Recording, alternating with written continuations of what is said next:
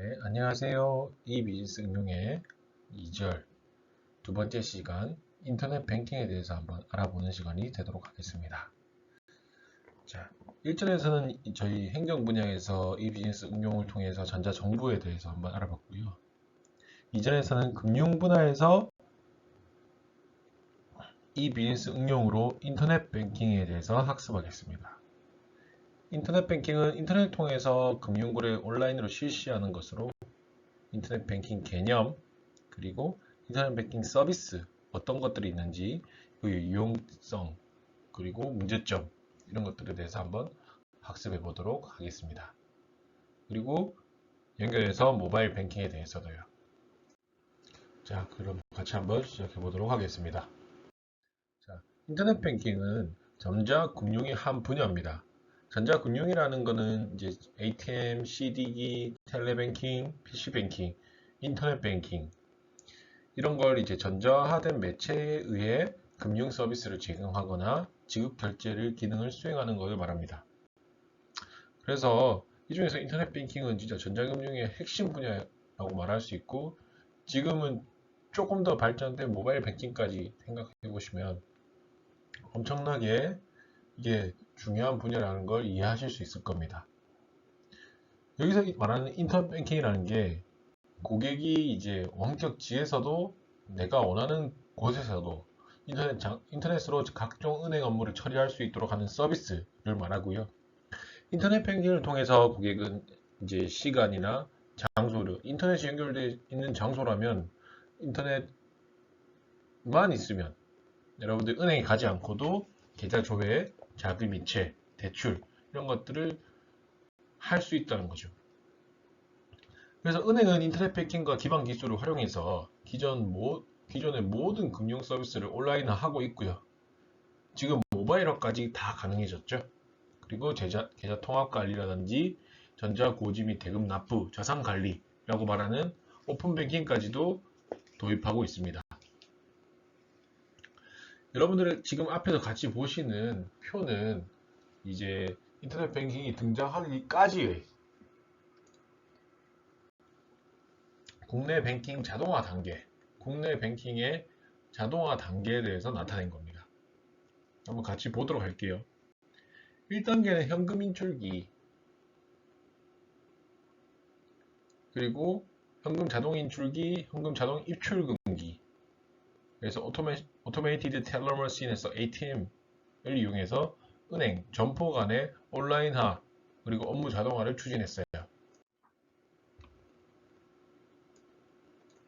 두 번째는 2단계에서는 개별 금융기관 차원, 1단계에서는 금융기관 내에서 이제 이런 걸 더 처리하기 위해서 진행했고요. 2단계에서는 개별 금융기관을 뛰어넘었죠. 그래서 금융기관과 네트워크 구축을 하는 거죠. 그래서 타행한 공동망이라든지, 그리고 CD, ATM, ARS 공동망이라든지, 금융 공동 전산망, 그리고 금융기관 간 네트워크를 구축하는 거죠. 그래서 기존의 1단계에서는 금융기관 내, 2단계에서는 금융기관 간, 금융기관 관, 그래서 이런 서비스를 구축하는 게 더 중요했다는 거고요. 3단계에서는 이제 전자화폐가 널리 보급되고 인터넷을 통한 금융 서비스가 가능한 사이버 금융 단계입니다. 그래서 인터넷 뱅킹, 온라인 트레이딩, 그리고 전자화폐, 모바일 뱅킹, 온라인 트레이딩이죠. 트레이딩을 해서 다 등장하게 되고 사이버 뱅킹, 사이버 금융이 가능한 단계라고 보시면 되고요. 최근에는 이제 스마트폰, 태블릿 PC 이런 것 등에서 스마트 디바이스를 활용해서 이게 일상화되니까 이게 스마트 뱅킹으로 진화하게 됐고, 시간적, 공간적. 공간적은 더 제약이 없어진 거죠. 인터넷 뱅킹보다는. 그래서 금융거래가 가능한 시대가 왔다는 겁니다. 자, 간단하게 이렇게 발전 단계를 살펴봤고, 여기서 말하는 저희가 이제 인터넷 뱅킹의 개념을 한번 살펴보자면, 이 고객이 인터넷을 통해서 금융기관 홈페이지에 접속해서 제반하는 금융 업무를 처리할 수 있는 시스템이에요.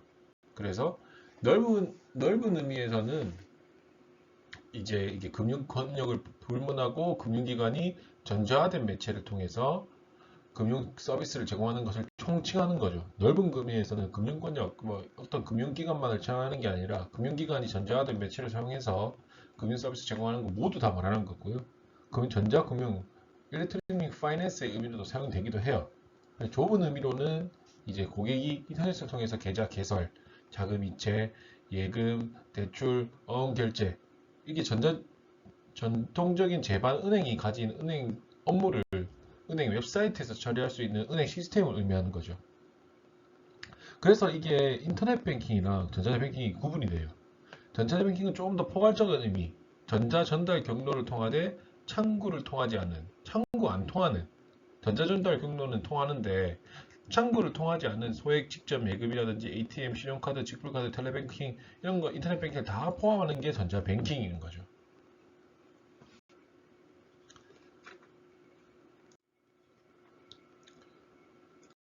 이런 인터넷 뱅킹이 등장하게 된 배경이 인터넷 컴퓨터 처리 기술이 발달하고 통신 비용이 싸지니까 이용자가 더 많아졌죠.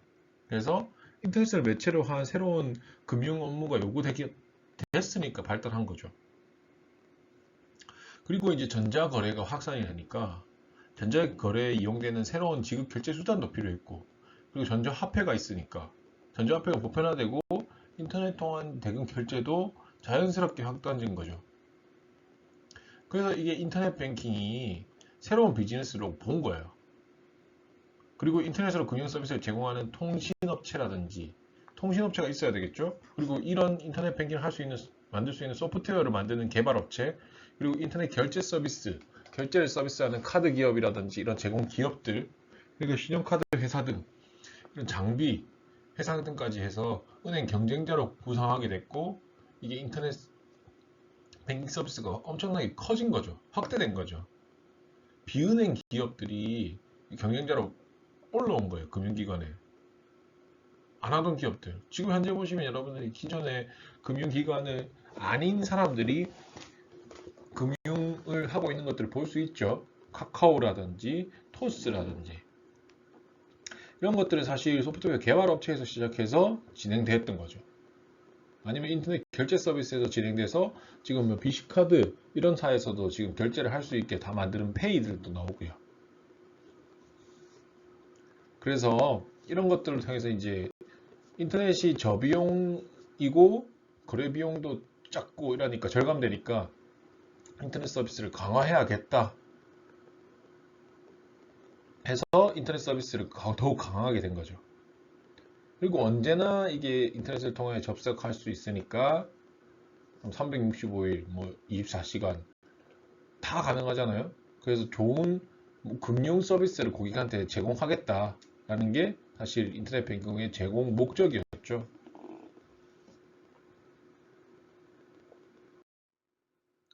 이러한 인터넷 뱅킹 서비스는 이게 엄청나게 많아요. 여러분들도 많이 사용해 보시니까 이해하고 계실 거라고 생각하는데 한번 같이 보도록 합시다. 이제 표로 여러분들과 같이 한번 볼 건데요. 인터넷 뱅킹에서 제공되는 일반적인 서비스예요. 그래서 현재 국내 모든 은행이라든지 우체국에서 인터넷 뱅킹 서비스를 할 수 있고, 지금 그 외에 서비스도 있어요. 인터넷 뱅킹 할 수 있는 서비스.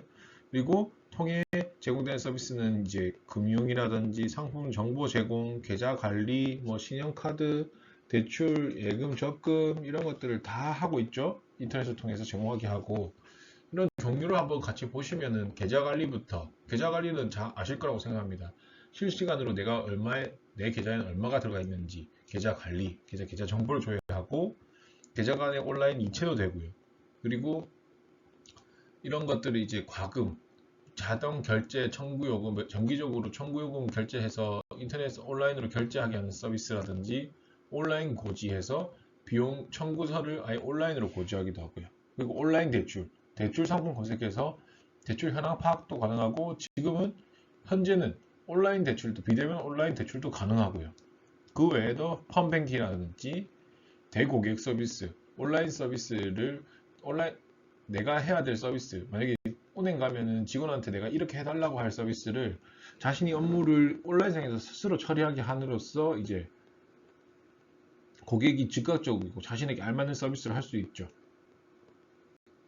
그리고 교체 판매, 그 외에 일반 상품 판매도 가능해지고 고객 맞춤 컨텐츠 도구에서 고객의 요구에 맞는 서비스를 웹에 제공해서 이 사람이 들어갔을 때, 저 사람이 들어갔을 때 고객 요구가 다르면 다른 서비스가 먼저 뜰 수 있다는 거고요.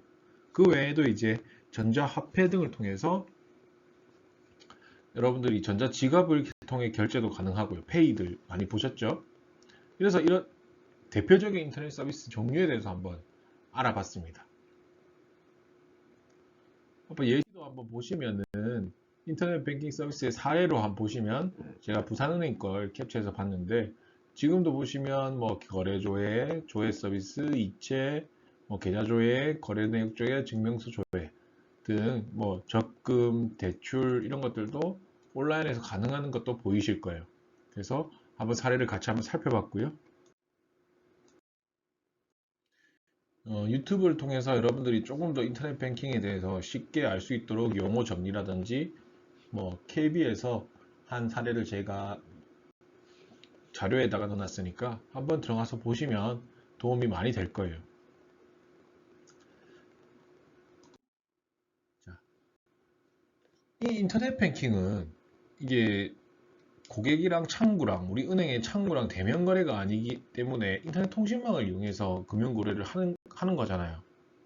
그렇기 때문에 내가 만약에 이걸 나를 신원을 제공해 줄 수 있는 게 없으면 그 은행은 뭘 믿고 내가 지금 접속했다고 이해할 수 할 수 있는지 그걸 확인하기 위해서 이제 인터넷 뱅킹과 공인인증서라는 시스템이 같이 생기게 된 거죠.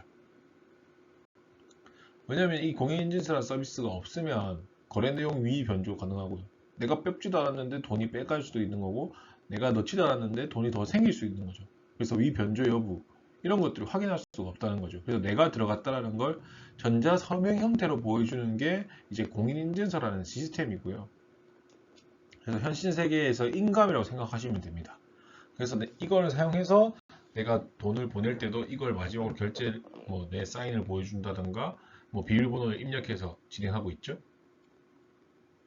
그래서 이게 전자서명 같은 게 암호 기술을 사용해서 이제 전자상거래에 안전하게 사용할 수 있게 하고 특히 이제 공인인증서가 전자서명의 소유자, 전자서명에 사용하는 키 간의 관계를 객관적으로 확인해주는 전자증서 역할을 하기 때문에 국가에서 공인한 인증증에서 발급해서 여러분들이 현실 세계에서는 지금 그 행정기관에 가시면 인감증명서를 받을 수 있거든요. 자기 도장을 통해서 내가 이걸 직접적으로 거래한다는 게 인감증명서 도장과 확인하기 위해서 인감증명서를 뽑게 되는데 그런 역할을 하는 게 공인인증서의 역할이고요.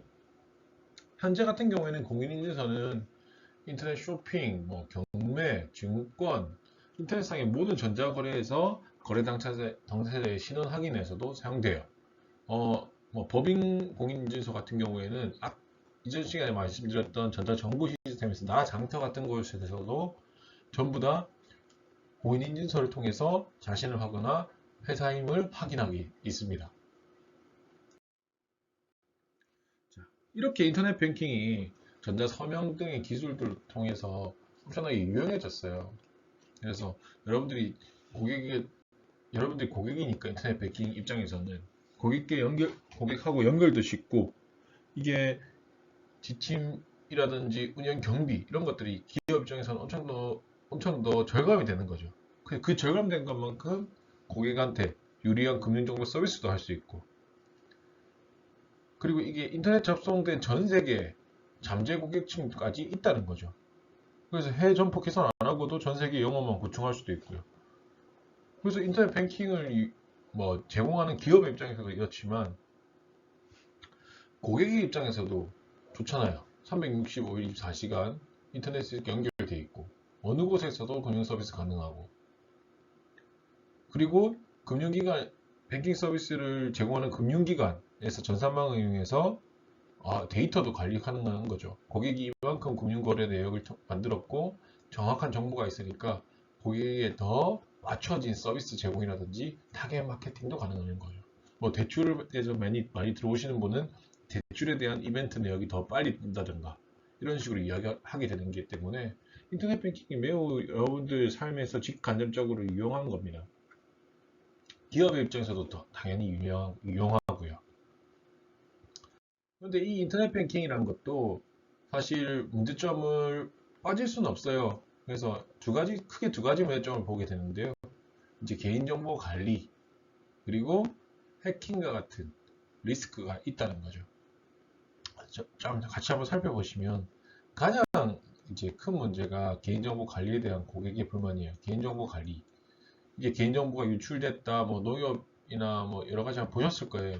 개인정보가 유출돼서 이런 게 불안감이 생기고, 뭐 초기에는 이제 이런 불안감도 있었어요. 인터넷 뱅킹 거래가 내가 2천만 원, 뭐 3천만 원이라는 돈을 인터넷 뱅킹으로 보냈는데 과연 이게 간 건지, 아니 정상적으로 된 건가?